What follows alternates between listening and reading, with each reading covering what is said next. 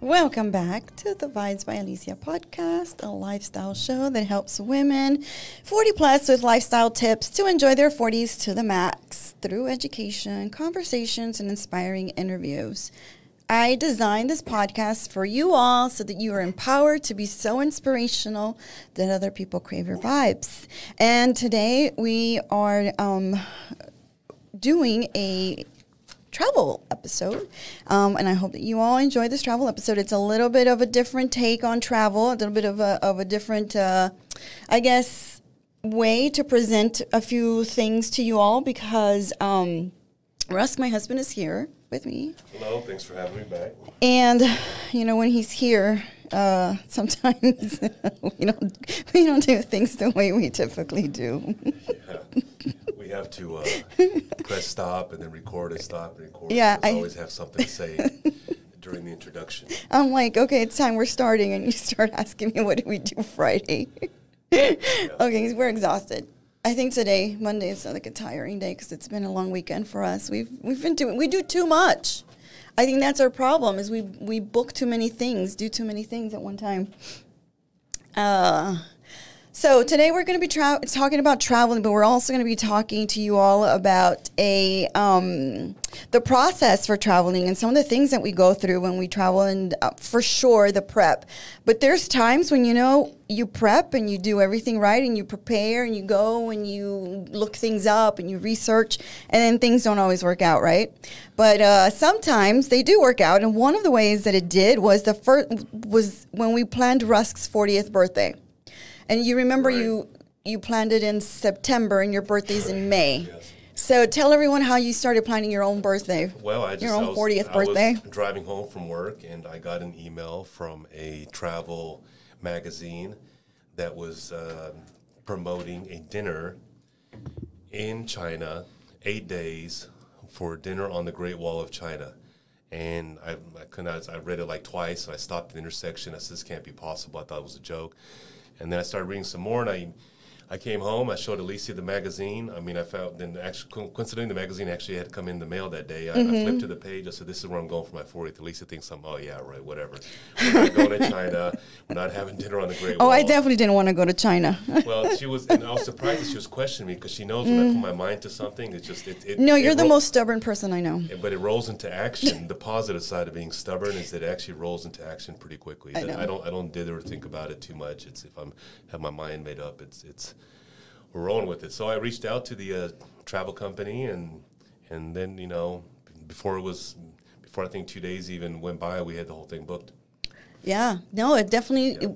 But you started booking and you started doing everything. I think planning it all September of the year before. Right. So you turned 40 in 2017 in May, right. And it was literally right that week after your birthday when this whole thing was happening? We departed the day after my birthday. Yeah. We arrived on the 8th of May, and then I remember we left on the 7th. So it worked out great because my birthday was on the 6th, and so it was like fortuitous timing that they had particularly decided to book this particular trip for that. It was a group tour. Most of the time we don't do group tours, but that's the only way they were rolling out there in China at that time. It was through Departures magazine. Departures magazine. And American Express. American Express. Yeah, it's like a collaboration. I don't think they did that again.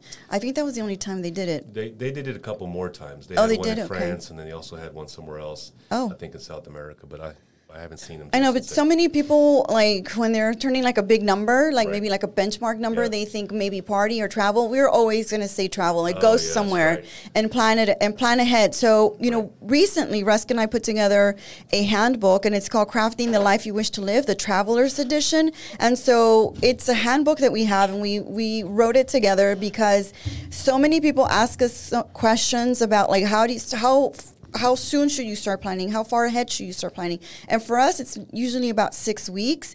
Sometimes a few more months, just kind of depends on where you're going, right? Yeah, it depends on the complexity of the trip and what you want to see and the destination. I mean, if you're going somewhere to Africa, to the Middle East, or Southeast Asia, it's probably difficult to pull that off in 4 to 6 weeks if you are particular about what you want to see.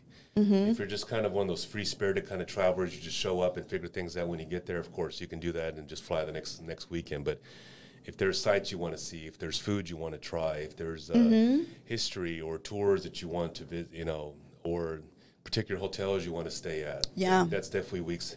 And especially if you're going in the peak travel season, you got to definitely do it way ahead of time. And it's doable. I think a lot of people feel overwhelmed, and that's why they don't go anywhere. And they think easy, maybe they'll just do Mexico. It's fast. You go into Cancun and you get out of Cancun. It's like really quick. Right. But it really isn't so much. No, I mean, it really isn't so bad. Once you get the hang of it, and then you start to realize that you just have to plug in different dates and different numbers. Right. You got to use a lot for of maps. Hours. If you don't want to hire a tour company, which is the easiest route to go, you just give them the dates and you have a sense of what you want to see. They typically they'll do a little survey. They'll ask you, what are you interested in, right? And then they kind of create an itinerary for you. But if you don't want to budget for a tour company, they can be a little pricey. You want to do it by yourself, and you could do your own research. Obviously, there's a lot of social media, a lot of magazines out there. Our handbook is a great way. Our handbook is a great way to do it, and you just kind of you pick what you want. Or you can refer to the handbook that Alicia had come up with. We have a lot of destinations on there, a lot of sites that we had seen on these particular places that we had gone to. Yeah. And then you kind of hit the maps and kind of make the connections, and you can budget travel that way and make it work for yourself. Yeah, and this trip that we took to China was our first time going to China, going to that part of the world. And I think one of the things that we loved the most was not only was it all planned out, but that was like the first time that we checked into hotels without going through like a front desk. Right. And I mean, after that, you're just get so spoiled because you just don't want to go through a front desk anymore. Yeah, that was a very cool experience because they picked you up right at the front door, and they were checking you in while they're taking your luggage with an iPad. But that's once in a lifetime experiences. That's not what you typically get all the time. What's the name of that hotel? Do you remember? It was the Peninsula. The Peninsula. Yeah, and so that was a great experience. And just doing something like that, like for your birthday, planning ahead. And if you want to get like friends together, definitely week 6 is a good time to start brainstorming, looking at flight reservations, looking through travel magazines. Obviously, if you're going with a group, not everyone's going to like everything, so you really have to start thinking about like how are you going to manage that? And a lot of times groups or travel agents handle groups because then they'll take the heat off of you if there's a problem. Right, they'll take on the heat. Yeah.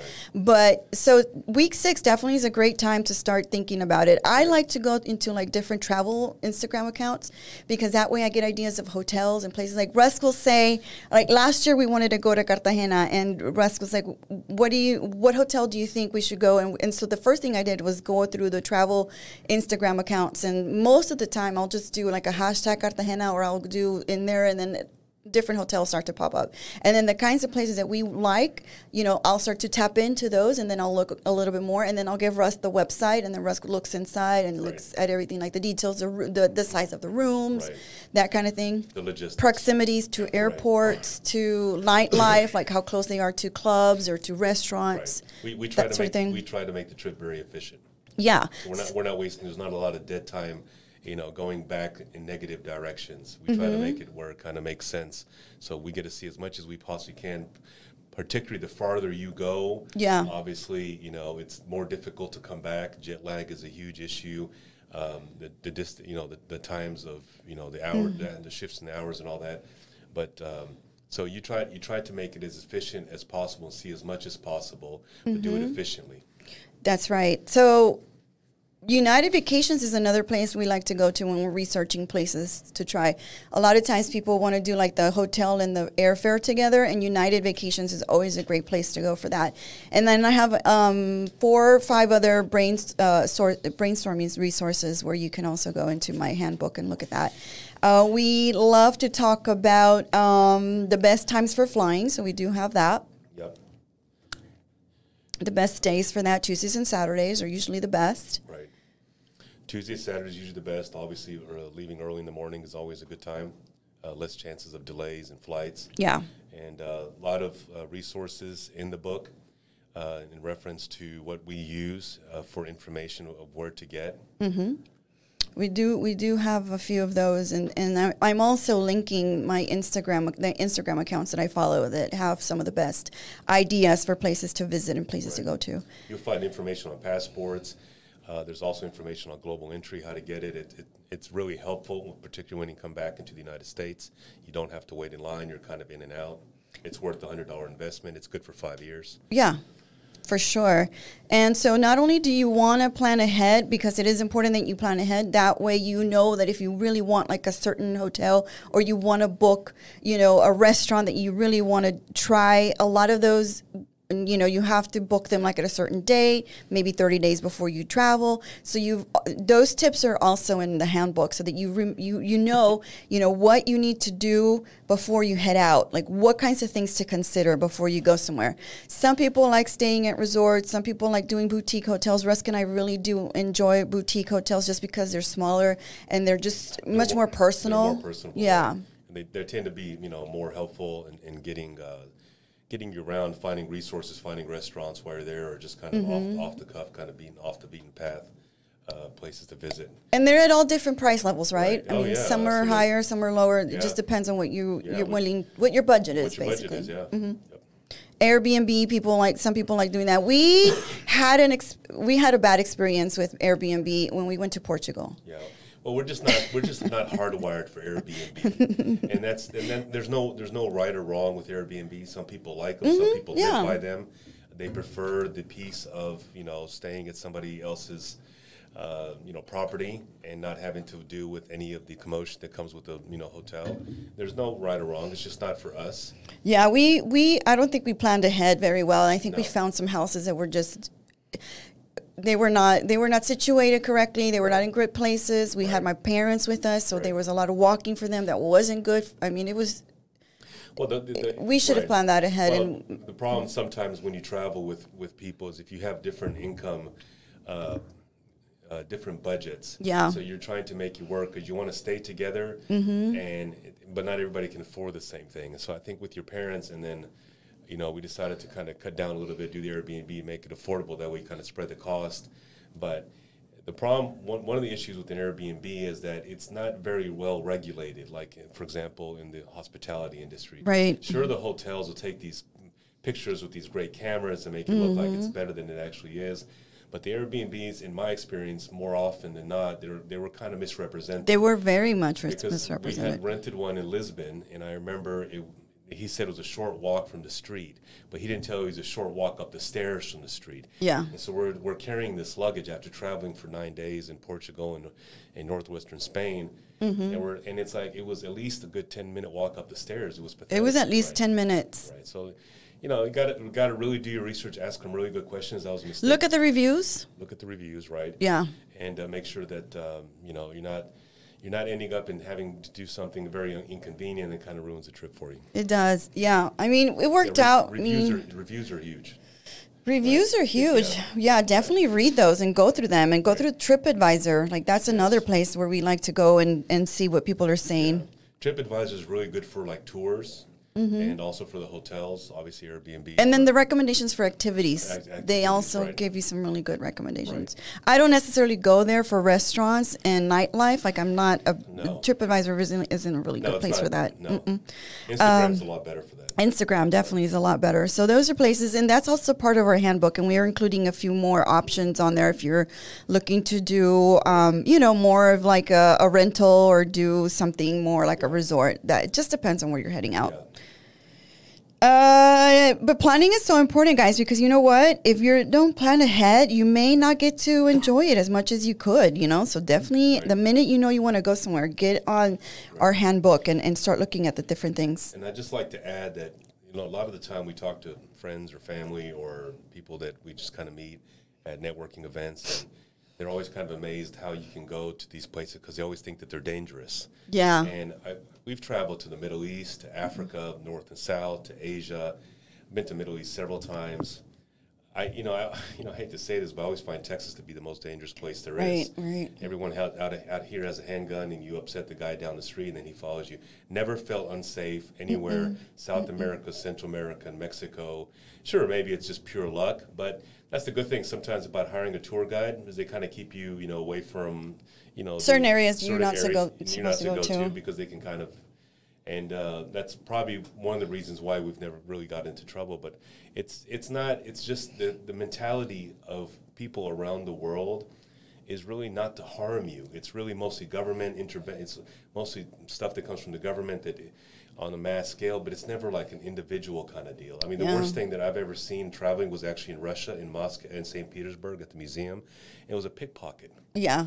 I mean, that's the worst thing. I mean, the dude probably lost a few bucks and maybe some credit cards. And yeah, maybe that's You started chasing them. I started chasing them. And I said, there's a new sheriff in town. I saw that happening right in front of me. I mean, I saw these two ladies, I assume they were Russian, and they were working this poor Asian fellow at the museum. I know, pobrecito. He couldn't. Like something out of a movie. Couldn't walk fast enough. No. She bumped into him, and it made him turn to open the jacket, and her accomplice reached into the jacket. Yeah. But they were so slick about it. Very slick. By the time I pointed it out and told our tour guide, I said, "Look, there's a pickpocket." They disappeared into the crowd.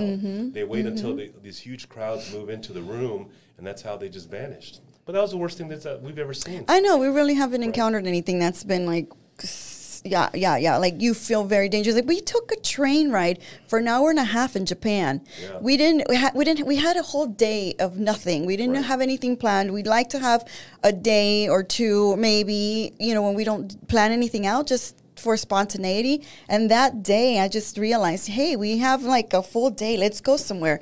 And it took, I think, the train ride, which the trains in Japan are phenomenal and fast and amazing and super clean. I mean, even the restrooms have like warm toilets, and it's like so clean. Oh, you don't find that anywhere else. But we went to the whiskey distillery that day. We went to Suntory, and we're not whiskey people, but we kind of knew that maybe it was a place to visit. Maybe it was a good place for us to try out. And you remember that? You remember that place? And we literally got in there, and it was just such a great location. Yeah, we had a day to kill. So safe, too. Before our travel back from Osaka through Tokyo, so we decided that we needed some time to kill. And we actually, we're crazy. We left our boys at the hotel. Yeah. We got on the train for an hour. In a country that, don't understand the culture much, definitely don't speak And not language. everybody speaks English and either. Not it's everybody like speaks English. The further you get away from Tokyo, the less English you find. I know. But, we locked up the boys in the hotel room. They were happy to take a break from all the sightseeing in Japan. And so we got on this train and just found this whiskey. Lisa found this whiskey distillery right outside of Osaka, and we sometimes the hotels have those little booklets of like where to go. That's where I found it. I found it in the booklet that I picked up from the hotel, and I thought, oh well, this looks interesting. This might be kind of nice. And we're definitely wine drinkers, but we thought, what about a whiskey distillery? Yeah. Come to find out, days later, so many people love that whiskey. Right. People were asking us, like, how was it? Like, how was this place? And I wish I would have known more about it, because it was so haphazard. Like, it just... Yeah, no, it was a globally renowned whiskey. Yes. But, how sometimes you walk into the hotels Suntory. and you see those little promotional flyers, and you don't pay attention to them much because of the internet. Nobody even looks at those. You wonder what they're still doing here. And I would have paid off that day. I'm that person. I'm that one person that picks up those brochures and looks at them. Stuff that I remember as a kid traveling with my parents in the 70s and 80s and 90s, and I used to stand there and look at different little cool tours, but I was always amazed why they're still having, especially in a country like Japan. Right. In a major city like Osaka, but that hotel had it. Yeah, and that's a great place, definitely, to do that. So in our handbook, we talk about things to do once you get there, how to find your lodging, what kind of transportations to use. And then in our handbook also says, like, when you should consider taking, like, a car or renting a car or doing Uber. Some countries don't have Uber, so taxis are the only way to get around. Definitely find that out before and ahead of time, and make sure you know that, and download your Uber app if that is something you want to do. We forget that, ahead of time, you need to be looking at those apps and making sure that your United app is updated, your Uber app is updated, and that your credit card is in there. Because sometimes, it's happened to me twice where I need to use Uber, and then the credit card isn't there because maybe we switched it, or it was compromised or something. So definitely, guys, make sure that you're looking at that ahead of time so you don't have that problem going out. You definitely want to be prepared. And I always make the point, in those speaking to, just to add to those terms, is not to take all your credit cards with you when you go out of the hotel. Mm-hmm. Always leave a couple behind in the room somewhere in a bag or whatever. If there's a safe. If there's a safe, right? Just in case you lose it, not because you're going to get mugged. Japan and Asia were by far some of the safest places we've ever been. Europe is pretty safe too. And just leave them as safe, and that way, if shit hits the fan, you lose it, or leave it at a restaurant, you can't remember where it's at, and how are you going to get back home? So yeah, and it's something we talk about here, and making copies of everything or taking pictures. You do that too. Right. Take screenshots of passports, take screenshots of credit cards, driver's license, all that kind of stuff. Yeah. That's super important in preparing for going out and doing that.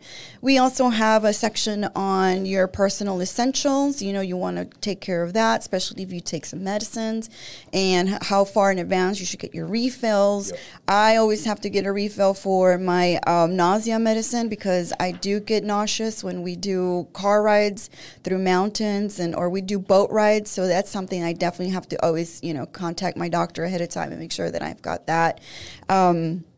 For sure, definitely. And so all of these tips are in the handbook, and they go by week, guys. So there's week 6, what you should do, week 5, what you should do, week 4, et cetera, et cetera. We even have tips on their technology and what kinds of things you should prepare for. Your phone services, we talk about adapters, we talk about cameras. If you love taking photos like me of your travels, definitely, if you want to do that, we usually take pictures with our iPhones. But, if you're going somewhere like the South African safari that we did 2 years ago, my son brought his professional camera, and it really made a huge difference in the photography that we were able to get. And it was a great experience for him to also be able to take some photography that way. And that's always really fun. So those are travel prep options, travel ideas, lifestyle tips, lifestyle hacks, things that you can start thinking about if you're traveling, especially 2023. Some of you have already mentioned where you're going and where you're heading, and we're like super excited for you. But we definitely want you to be prepared, and so that's why we created this handbook together. And Rusk and I did this together. I think it took us maybe 3 weeks, to really think everything through. Right. And by the way, these are just suggestions. I mean, we're travelers. We're not. I mean, we couldn't consider ourselves experts. Maybe you would. You would probably say you are, but I don't know. I'm an expert in everything. I know you do. Everyone's listening is probably rolling their eyes. Yeah, that sounds like crazy. And our favorite thing now that our kids are older is doing couples travel. So we included a sample travel itinerary for couples. Right. And it's at the very end of the handbook, and it's a travel to Cartagena, Colombia. And we even give you the name of our hotel. We give you the name of our taxi driver who took us around, people we trust. We give you the number for the tour guide. I mean, everything is in this handbook, and we really wanted to give you guys some good details about that because we want to make it easy for you all to go. I mean, I don't understand when people say it's too hard to travel, because once you start once, twice, you get the hang of it. Mm-hmm. It gets easier. Yeah, and it's not, it comes with a lot of great information, and it makes the trip really efficient. And sometimes we talk to people and they miss out on a few things. And like I had mentioned at the beginning of the podcast, it's really about just organizing it ahead of time, doing your research, and it makes for a great trip. And the book will help with that. Yep. We did good, hon. We did good. You and I. Right. I'm just trying to look and see what other... you know what? I'm not going to give any more. Yep. People have to buy it. And it's on my website. Yep. It's at vibesbyalicia.com. It's a really great, handy book. It's only $35, guys. If you join my community of insiders, you get it complimentary. It's all yours. And then every month, I give you all a different handbook if you join the insiders group, which, by the way, I'm doing a 60-day free if you join soon. So let me know if you're interested. And you can use the promo code GIFT. And I'm doing 60 days free, guys. After that, it's going to be $49 a month. So get on it. You're going to get a lot of really good resources. You're going to get a hold of me. You get to chat with me if you have anything to discuss. It could be about anything. and if you need an accountability partner for something that you're looking to pursue this year, this is the best place to come to. Absolutely. Rusk and I have 25 plus years in business and education. Right. And we're traveling all over the world. Right? Yeah. We've been to all continents. We've been everywhere. And we're like really happy that we're at the point in our life where we can definitely share everything that we know. I think we're approaching, 94 countries? Probably 94. Yeah, something like that. I always say 75 plus because I forget, but we have we lost count. We did. If there's a destination you want to go, reach out to us, get the book. And, we've probably been there. We can help you out, get you around. Yeah, give you some good recommendations depending on what you like and what you do. So check that out. I also want to do a shout out for our sponsor, Elmer Garcia. Elmer Garcia is our realtor to go. He is so good and like on top of it. And the best part is he puts up with us. He puts up with me. Especially you. Especially me.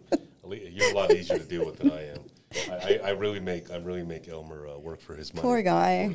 Yeah. We had started a rehab project about maybe 2 days early before we closed on it. And poor Elmer had told me the day that he wasn't sleeping at night. Yeah. But, you know, time's money and got to get it done and got to get that return on the capital quickly. But was it because you wanted to start early or was it because you wanted to go against the grain? Both. Both.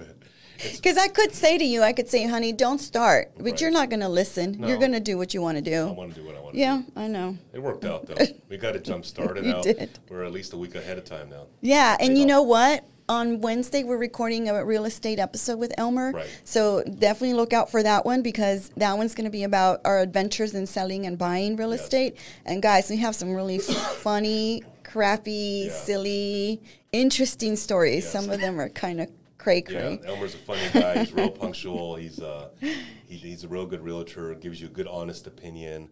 There's no fluff or bullshit. And he actually, you know, a lot of realtors, in my opinion, don't earn their keep. He's one of them that does. Oh yeah. So y'all need a realtor, commercial, residential. He's your man. Right. Like he knows the city of Houston so well, and just someone that we really trust when it comes to us investing or buying properties. Like we really, really trust him. So check him out. Elmer Garcia is his name. He's gonna his website is gonna be on the description, so don't miss that. My website is in the description as well, so that you all can look at the sponsorships and look at the communities that I have. All the different courses. I have 6 courses right now. The one we talked about today is a Traveler's Edition. So check that one out. And again, I'm so grateful to have you all and have your ear every single Wednesday. We publish in the morning. Check it out. Tell your friends and share the podcast with everyone. And if you have the time and the desire, please rate and give us a review. We really, really need those, guys. Thank you, Alicia. Thank you.